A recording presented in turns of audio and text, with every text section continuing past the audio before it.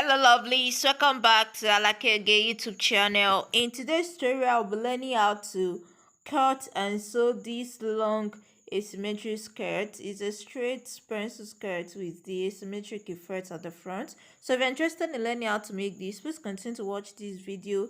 If you're new here, please kindly subscribe and also click on the notification bell. And to all my subscribers, thank you very much. I love you.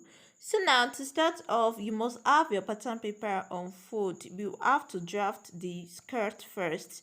So you have your pattern paper on fold, and just like I always do, I like to tape down my pattern paper, so which I'm going to do right now. So I'm going to tape down my pattern paper so that it will not move about while I'm drafting. So make sure the length of your paper is enough for your skirt. Like the length of your paper should be the length of your skirt, but mine is not really enough. So I will just be making the adjustment on the fabric. You can do yours like mine too. So now I'm going to go right into the drafting of the pattern.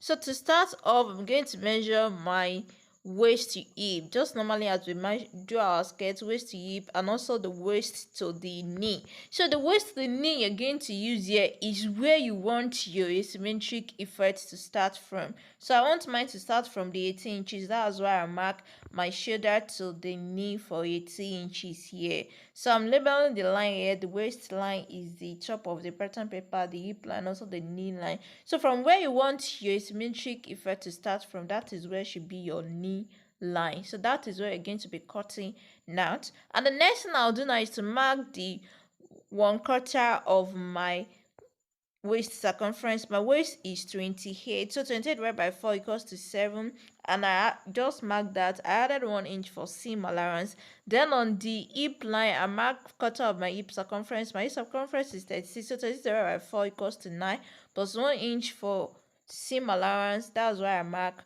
9 inches there, 10 inches rather there. Then on the knee line, just like we make our pencil skirt, I'll be removing from what I have on my hip line. So I have 10 inches on my hip line. So on my knee line, I'm just going to be measuring about 9.5. So why I measure that is because I don't want that to be too penciled in. I measured 9 inches there, so I don't want it to be too penciled in.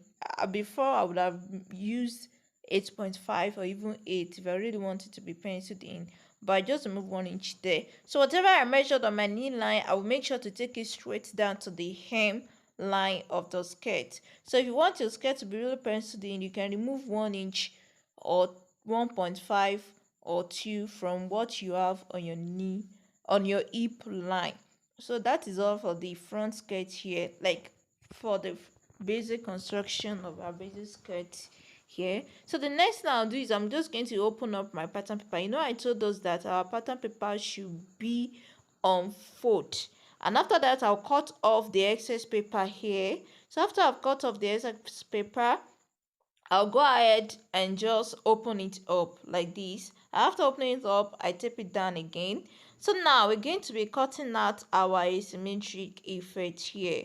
So you can just follow any pattern. So I'm ruling the midpoint of the pattern paper so that I will know where the middle, because this asymmetric effect starts from the side to the center. So you can just measure how you want it. So I go in by 3 inches on the knee line here, and I just make my curve. So you can use your curve ruler. Here's my curve ruler. I'll be making use of that, and I'll still use my free hand to just make my curve. So if you don't have your curve ruler, you can just use this. So can you see, this is how, so you can make any, like the kind of curve that you want at the front there. So this is just how simple it is. This is how the curve goes in. So you can go in more than that, and you can make yours higher than that. So right now I'm just cutting off this part here that is no longer needed, so I'm cutting it off. So this is how my front skirt pattern will look like. So right now the waist of the front pattern skirt, just as how we normally do it, I'm going to be going down by 1 inch at the center. This will help to eliminate any kind of folding at the waist area of the skirt. So we do this on our skirt for the front pattern. And you should know that I don't add that to the front of my skirt. If you want to add that, please feel free to add that to the front of your skirt. It's just that simple. So that is all for this. Now let's move on to the back. So here is my pattern paper for the back. The back will not be on fold. So here what I'm marking now is I'm marking 1 inch away. This is the space I'm leaving for the zip allowance. I'm leaving it 1 inch first here, but still going to be making alterations. So the first inch, the 1 inch is just the basic line that we need to leave in order to make our work easier, like to get the work done. So right now, after that, just like I did for the front, I'm going to mark my waist to hip measurements, which is 8 inches, and then waist to knee, which is 18 inches that I use for the front. Whatever I use for the front is what I'm going to use for the back. So right now, I'm just going to go ahead and square down the line. So I'm just going to square down the line like so. So right there on the hip, I'll label that this is the waistline, the hip line, also the knee line.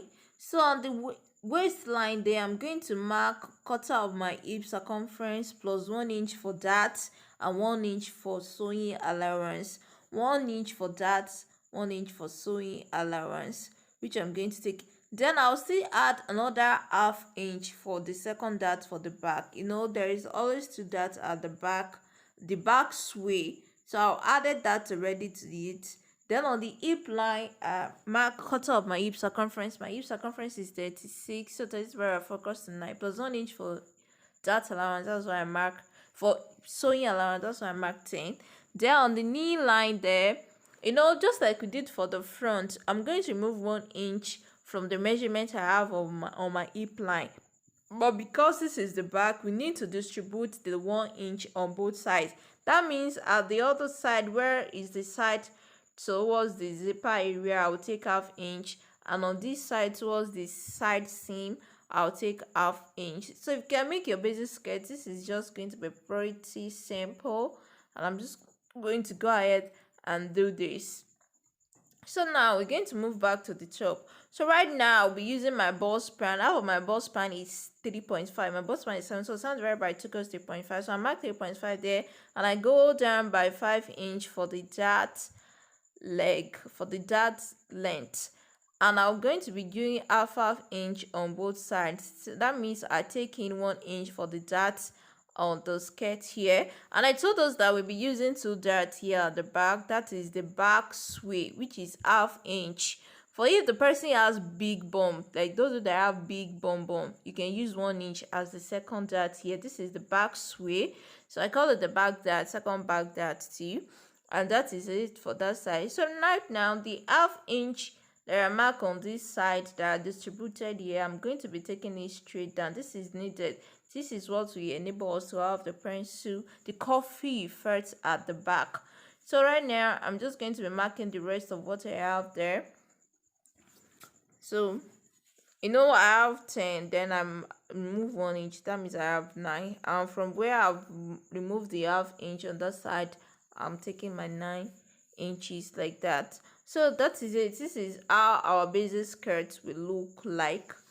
So right now I'm going to be marking my zipper allowance. So from the new line that we mark, you know, there has been some alterations to the skirt at the center back here. So from the new lines that I mark, I'll be marking 1 inch for that, 1 inch for the zip allowance, for the zipper allowance, sorry. So I'm just marking the 1 inch like that. So I made a mistake here. I marked from the second line instead of marking from the new line that we did here. So make sure you don't make this kind of mistake. Make sure you draw your line very well. Make sure you check the line. So this is where I realized that I've made a mistake. I will still go back to the top there to correct the mistake there.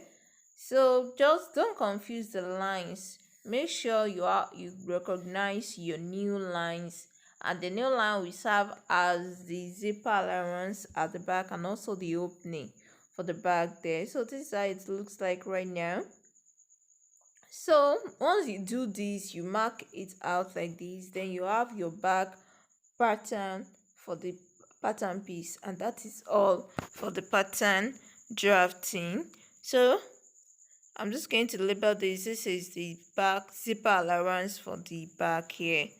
So can you see, this is just simple. It's a simple skirt to make. It's just like once you have the basic knowledge of your basic skirts, then this won't be a problem for you. So I'm just going to trim off the excess paper that I have there. This style is beginners friendly and the method is beginners friendly. So I'm trimming off the excess paper that I have here. So after doing this, then I'm just going to go ahead and place my pattern on my fabric in order to cut out my fabric. You know, I've added sewing allowance on the fabric already, so on the pattern already. That means on the fabric I won't be adding any other allowance. So here is the front back pattern. This is how it's looking like right now. So I'll get my front pattern too. I'll get my front pattern. So here's my front pattern. Can you see how it's looking right now? So if you want this asymmetric effect to get to the back, just like I'm placing my pattern on the back like this, you can just place it and use it to trace it out. Can you see just the way I place it on top of it like this? You can just use it to trace it out, but I'm not doing that right here. So right now I just place my pattern on my fabric and I'm just going to trim off the excess there. So like I said earlier, that the length of the pattern paper is not long enough for the length of the skirt that I'm making. So I'm just making the alteration on the skirt right here. Can you see? I make sure to measure that I have exactly what is supposed to be there. So can you see, this is it? This is how it's looking right now. So make sure when you're placing your front pattern, you make sure that the right side of the skirt is facing up and the right side of the pattern is also facing up. This is going to enable that wherever you place the side of your asymmetric effect is going to be there. So right now I'm just cutting off the back. I've just placed the back on the fabric and cut it out. So this is the front and this is the back right here. So right now this is the back pieces here. So I've cut out lining for this, just like you're going to sew your skirts. You're just going to sew it. So if you're not using lining for this, then there's no need to add lining, but I'm adding lining to my fabric. So I cut out this lining exactly the way I cut my fabric. I just use my pattern to trace this out. This is how it's going to be. So I'm going to join the lining to the fabric. This is the back. You know, the back is in two pieces. So I cut the lining already, so I'm just going to place it on top of it like this and join it together by the side. And also, in order for us to have the working one here, so this is how this is going to look here. So I'm just placing on top of each other and doing that. So just like the back, I'll do the same thing for the front. I'm going to get my front fabric too, and I'm just going to go ahead and join the lining to the fabric. So this is the front too. I've cut out the lining, so I'll place the lining on top of it and go ahead and sew this by the side. So I'll do that and show. So this is the front here. I've joined the lining to it. Can you see how it's looking right now? I joined the lining to the side at the hem too, leaving the up there, the waistline open. Then this is the back. I've already joined the lining to it on all sides at the hem, leaving the waistline open too. The same thing for the second piece of the back. So the next thing I'll do is I'll go ahead and take in my dart intake. I've not taken in my dart intake here. So after taking in my dart intake, at the center back where the zipper will enter, I'm going to go ahead and join these together at that side, because I'm adding the skirt to a bodice in order to make a gown. So that is why for now I will join the back all together so that we have a one piece. So this is the back here. I've taken in the dart and also I've joined in the zipper allowance there. So here's the front here. So the next thing I'll do is to do my markings, that I input my measurements on the fabric here on the front because of the shortness of one side. That's why I'm doing this. So right now I'm just going to mark my waist. So whatever allowance that I have there, I'm going to just mark that out. You know, just like normally you take the measurements of your client, or if you're making it for yourself on your fabric after you've joined it together like this, So this is exactly what I'm doing. So I'm just trying to get a good. So once you do this when you are sewing, it helps you to have a neat work. So this is how it looks. So right now, this I'm just still marking the uh, measurements. So make sure you get the measurement right. Make sure you take in the necessary allowance. The amount of allowance that you add is what you take, because this really affects the shape of a dress.